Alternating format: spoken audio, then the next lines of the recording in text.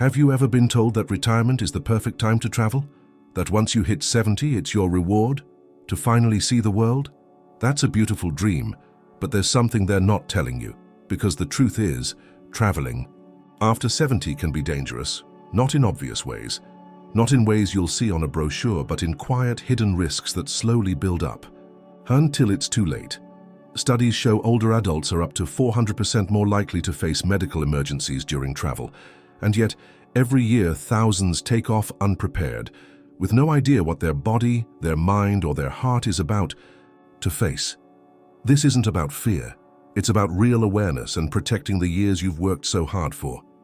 Because a single fall, a missed dose, or a silent blood clot can turn the trip of a lifetime into a lifelong consequence. In this video, we're going to uncover the 5 hidden dangers of traveling after 70. But more importantly, we'll show you how to make safe, smart decisions so that you stay in control of your health, your money, and your future. And you might be surprised by number 3, because most people don't see it coming. Until it's too late. Let's start. 1. Your body doesn't give you a warning. Most people think they'll feel it coming, that the body will send a clear signal before something goes wrong, but the truth is, it often doesn't. Especially after 70, your body becomes quieter, not weaker but less obvious, and when you travel, that silence can be dangerous. Let's break it down. When you board a plane, your body is instantly thrown into a high-stress environment. Cabin pressure drops, oxygen levels decrease. You sit still for hours, cramped in a narrow seat. You're exposed to bacteria in a recycled air system. For a healthy 30-year-old, this is just uncomfortable. But for someone over 70, it's a whole different story. Your cardiovascular system is more sensitive. Blood flow slows down. Your heart works harder to keep up with the changes in air pressure. This creates the perfect conditions for deep vein thrombosis, or DVT, a blood clot that can form in your legs and silently move to your lungs. The symptoms? Often none, until suddenly you're gasping for air in a hotel room across the world, far from your doctor, your medical records, your language. A study from the American Heart Association found that travel-related clots are most common in people over 60, and the risk multiplies when there are pre-existing conditions like hypertension or diabetes. But it's not just clots. Dehydration is another silent threat. Most flights dehydrate you at double the normal rate, and seniors already have a reduced sense of thirst. By the time you feel dehydrated, your kidneys, your blood pressure, and even your brain may already be affected. This can lead to confusion, dizziness, and even fainting, all of which are dangerous in unfamiliar places. Cognitive stress also increases. Jet lag hits harder. Time zone shifts affect sleep, memory, and mood. The older brain doesn't adjust as easily, meaning the fogginess, the fatigue, the irritability can last for days or even weeks after landing. Now imagine dealing with all that in a foreign airport with strangers speaking a language you don't understand, and a phone that might not even work. So what can you do? First, always talk to your doctor before any trip, especially international ones. Second, stay hydrated before, during, and after the flight. Bring electrolyte tablets if needed. Third, wear compression socks and move your legs every hour to prevent blood clots. And finally, don't travel alone if you're over 70. Having someone to advocate for you can be life-saving, because here's the truth.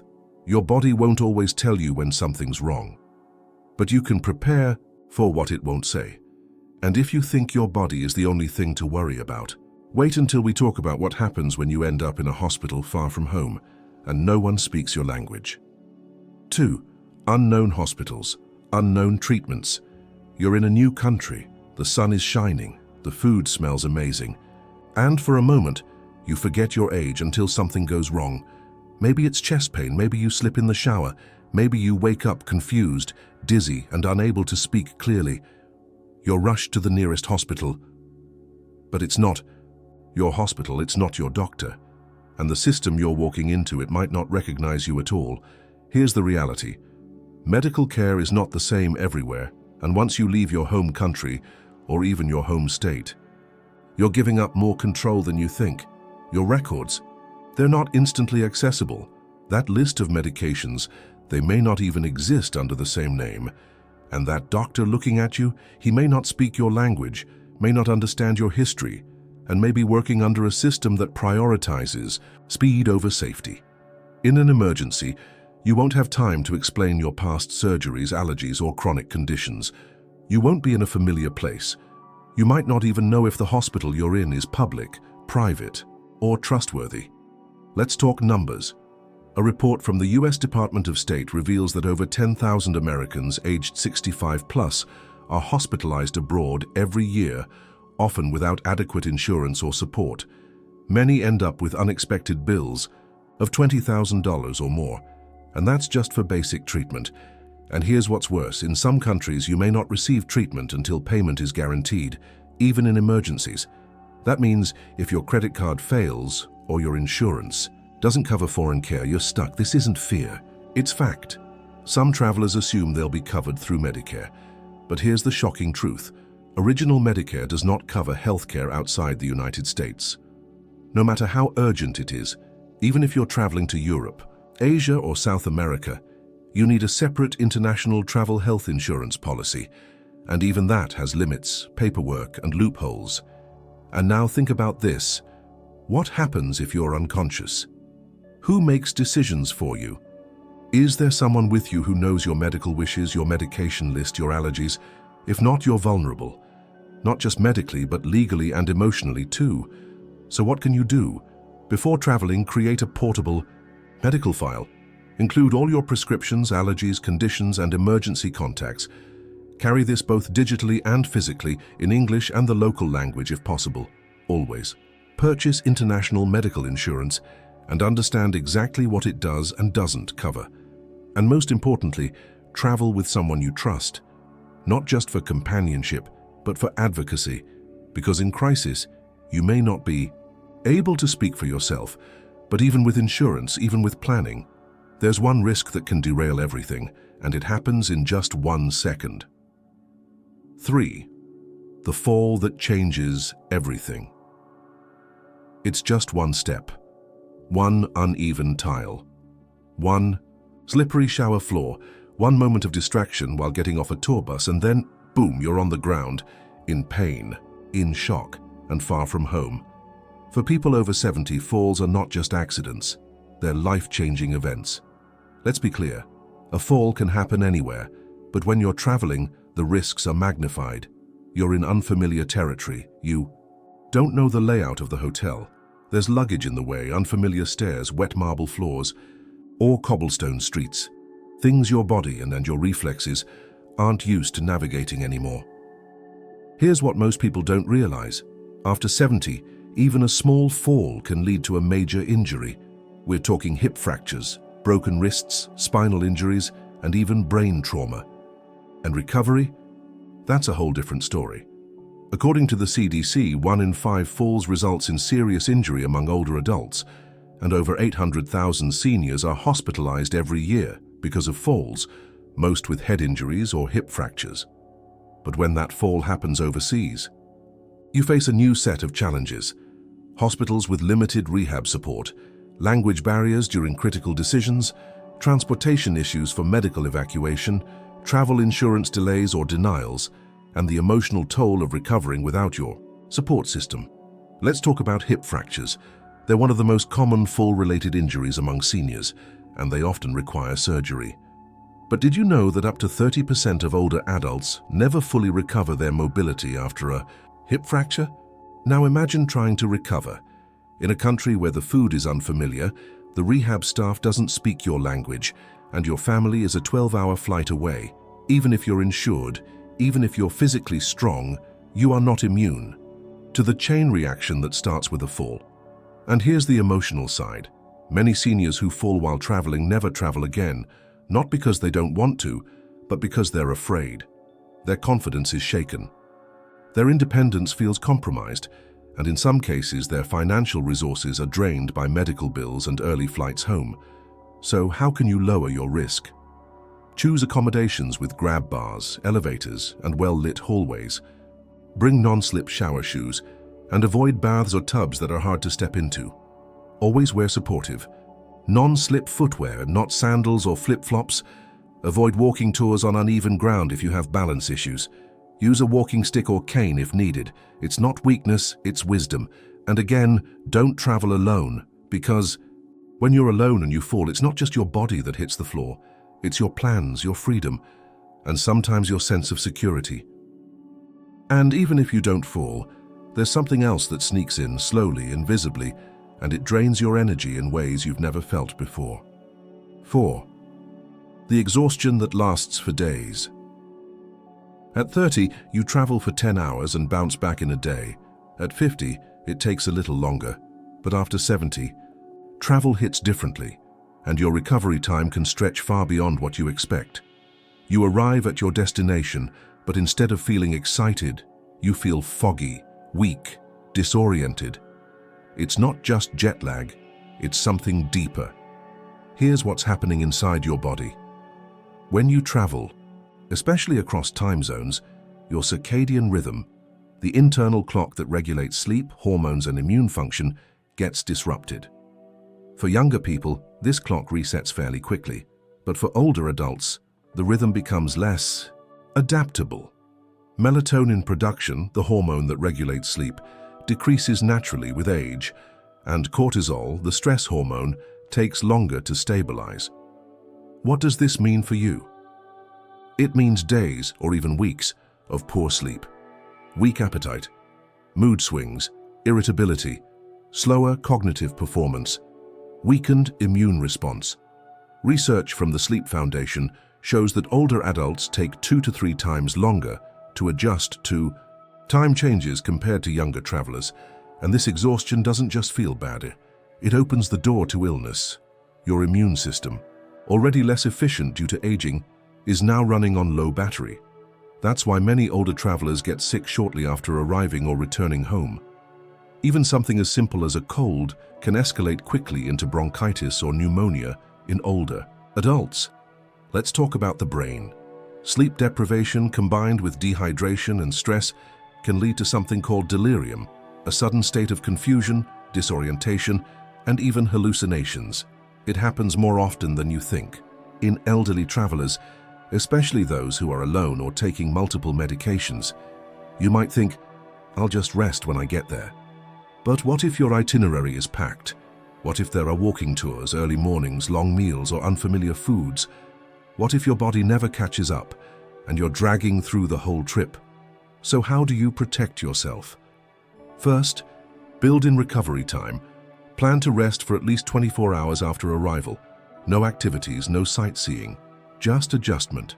Second, travel east to west if possible. It's easier on your body clock than the reverse.